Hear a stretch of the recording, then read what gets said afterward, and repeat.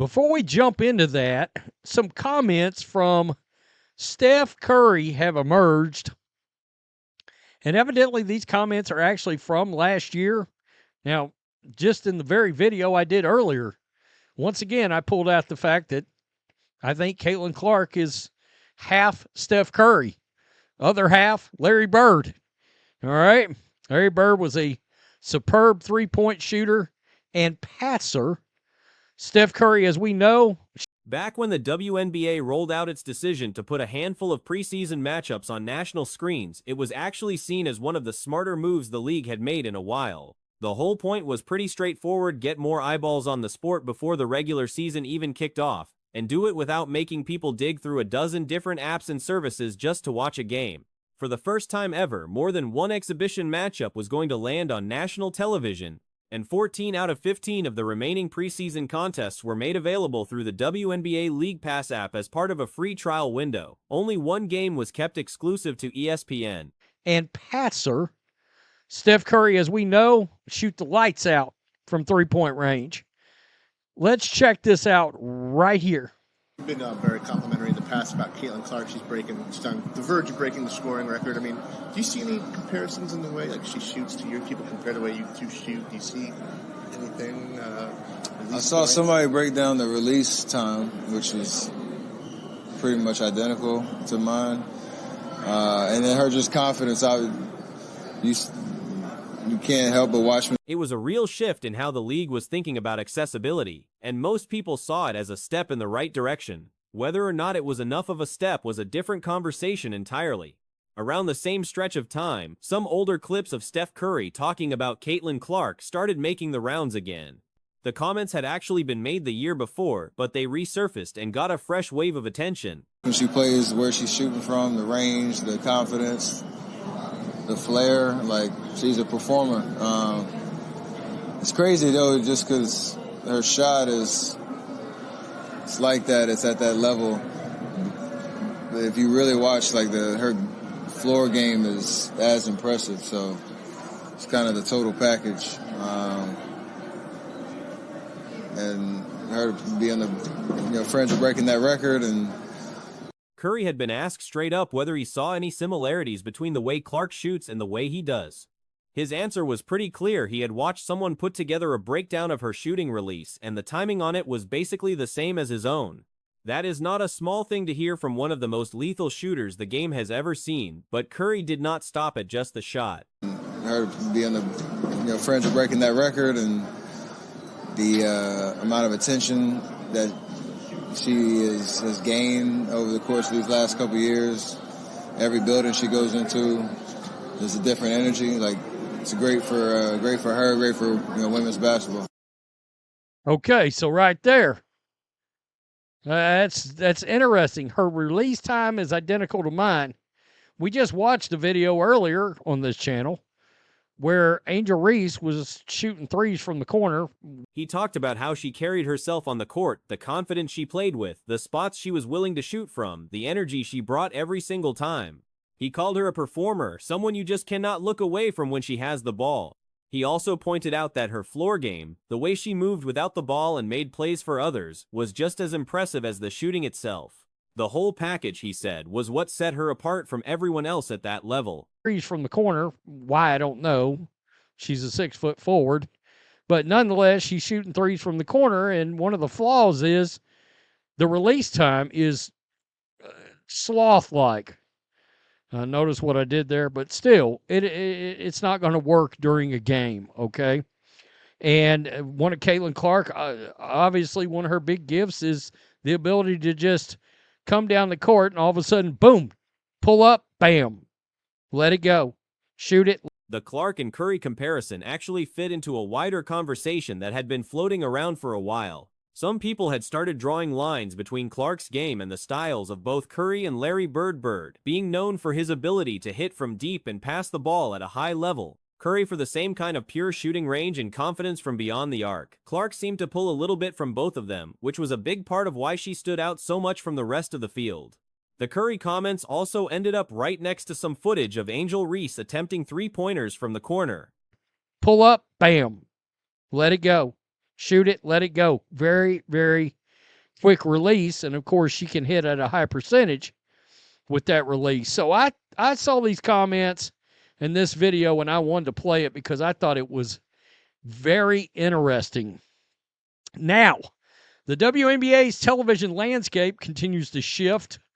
On Monday, the league announced that 4 preseason games will run on national television.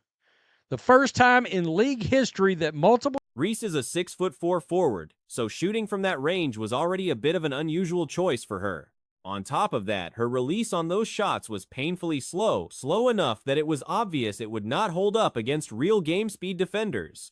The contrast between Reese's shooting motion and Clark's was pretty jarring when you put them side by side. Clark's whole gift on offense was the ability to come down the court at full speed, stop on a dime, and get a shot off in almost no time at all. Vision. The first time in league history that multiple exhibition games will air nationally.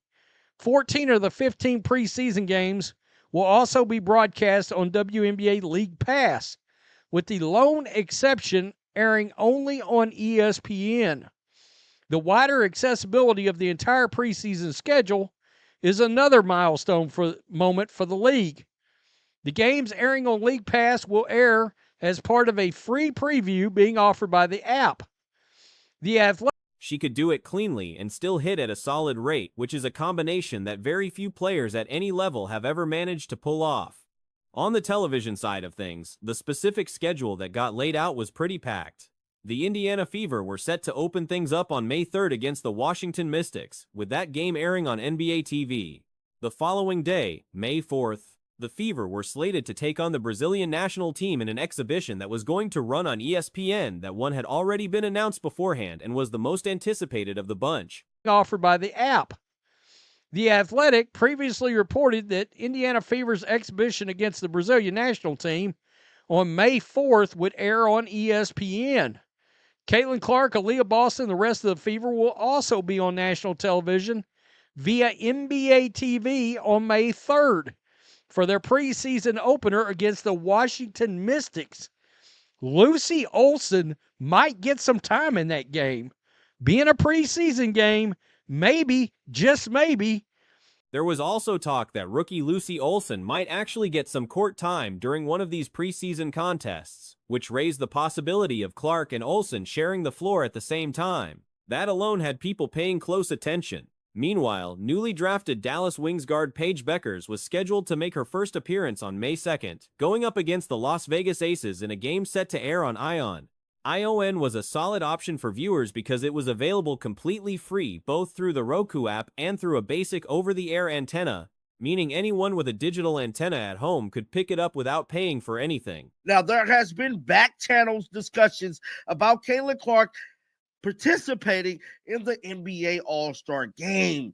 Well, Reggie Miller just went on record moments ago, and he has confirmed that is true.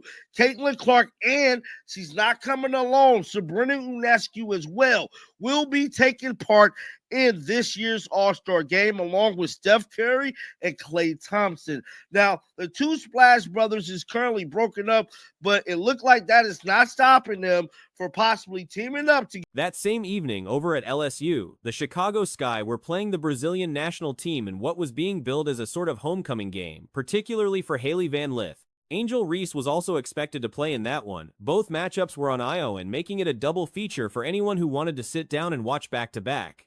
The league put out a statement through its chief growth officer about the whole rollout. Up together to face off against Caitlin Clark and Sabrina Ionescu. Now, this story broke on Twitter moments ago. Let's pull up some of the tweets right now.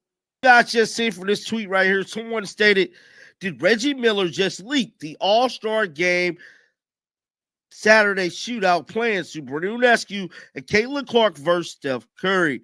Why Klay? I still feel like Klay can still become a great sharpshooter. Another fan stated, this was always going to happen. The gist of it was that demand for WNBA content had gone up dramatically, and the league was trying to meet that demand head-on by making all 15 preseason games available to fans in some form. The idea was to give people a full picture of every team before the regular season started in mid-May. None of this happened in a vacuum, though. The previous year had seen some real ugliness around broadcasting decisions. fan stated this was always going to happen anyway. I wouldn't call it breaking news that Kayla and Sabrina are participating. The fans will watch in their millions. It will be the main event. Now, I believe this is definitely going to be the main event of the hour of All-Star Weekend. Anything Caitlin Clark is connected to is going to be big. And I'm telling y'all right now, there is no exception. Her taking part in this All-Star game is going to be legendary, and it's definitely going to be history in the making, dog. A Minnesota Lynx game had been left off national television entirely, and the team's head coach, Cheryl Reeve, made a comment that essentially downplayed why people were upset about it, suggesting that there were other players and teams worth watching besides just one particular star. The remark blew up immediately. Reeve took a beating across social media for it. The situation got even messier when it came out that Reeve is going to be legendary, and it's definitely going to be history in the making, dog, because I'm telling you right now, this is going to break the internet. Now, it just came out about an hour ago, so it really has not hit news yet that she will be, taking part with it. But I'm telling y'all, once this thing go mainstream, ESPN is going to be talking about it. Everybody's going to be talking about it all the way up until All-Star Weekend. And I'm excited, man. We haven't seen any basketball of Kayla Clark since late September. Just for her to even... Suddenly, the whole thing looked less like an innocent scheduling decision and more like something deliberate, and the fallout kept spreading from there. The league clearly remembered how that played out. The move to open up the preseason schedule across multiple platforms felt like a direct response, an effort to avoid repeating the same mistakes and keep the audience from feeling shut out again. Whether it actually worked the way they hoped was another question entirely. For her to even, shoot around is like just exciting to see. Another fan stated, we already won tonight. Reggie Miller was talking about Kayla Clark and Sabrina versus Clay is happening. Yes, I believe it's happening. Somebody said, Reggie, I respect Reggie Miller, but it's giving bitter. Now, something else that is going on is TNT. Now, we know the current collective bargaining agreement with them and the NBA is currently, There was genuine skepticism about whether Becker's debut would draw anywhere close to the kind of numbers that Clark's first appearance had pulled in the year before. Clark had created a whole wave of interest on her own. People showed up in massive numbers specifically to watch her play. Replicating that kind of pull with a different rookie was always going to be a tough ask, and a lot of people were watching the ratings closely to see how it compared. The bigger point that kept coming up in the conversation was about access. It's currently, not what it is. Well, I'm here to tell you, dog, they is letting it be known that, yeah, man, look like this will be the final rendition of the All-Star game on TNT. I'm here to tell you guys it's a bittersweet moment. Sports Media Watch put this out about an hour ago. They stated, our last All-Star game on TNT. The argument was simple. If the league actually wanted to grow, the best thing it could do was stop hiding behind streaming apps and paid packages and just put games on regular network television, the kind of channel you could pick up with a free antenna, no subscription required.